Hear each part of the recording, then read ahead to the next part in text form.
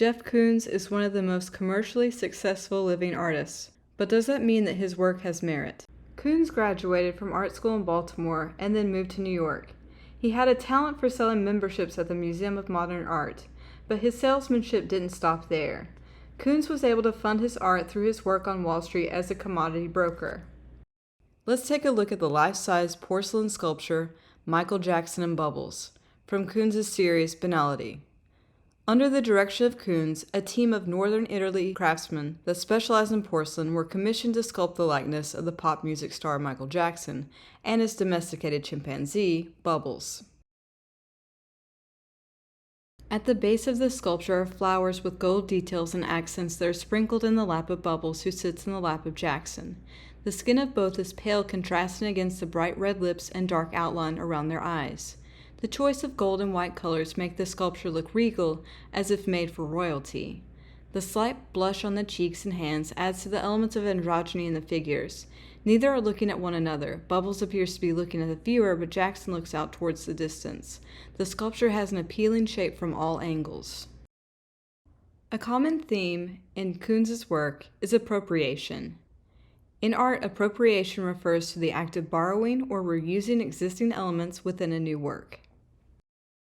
In the instance of Michael Jackson and Bubbles, Koons appropriates a photo of the two and stylizes the color, features, and slightly modifies the pose. Koons states that his inspiration for the piece is Michelangelo's Pietà, and makes parallels between Madonna and Child. Not all critics agree with this reference. For example, art critic Robert Hughes stated that Koons really does think he's Michelangelo and is not shy to say so. The significant thing is that there are collectors, especially in America, who believe it.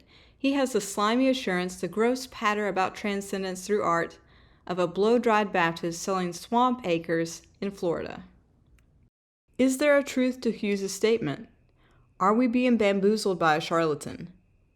In order to better understand the sculpture by Koons, we cannot separate the spectacle of the inspiration. During the 1980s, Michael Jackson was an international best-selling musical performer, and by making a sculpture of him, Koons was guaranteed an audience. In theory, Koons not only appropriated the image of Michael Jackson, but the fame of him as well. This isn't just a sculpture of a man and his pet chimp. This is an international household name, a prime choice for an artist to appropriate in order to achieve a global audience. Koons does have a few art critics who do not view his work through such a negative lens. Art critic Roberta Smith asked the art world to reconsider their disdain for Jeff Koons in her article written for the New York Times, "Stop Hating Jeff Koons."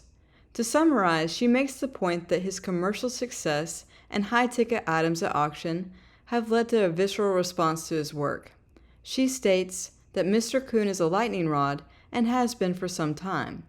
It is fashionable and easy to hate his work. In certain quarters of the art world, it seems to be required, collectors, many dealers, museum curators accepted.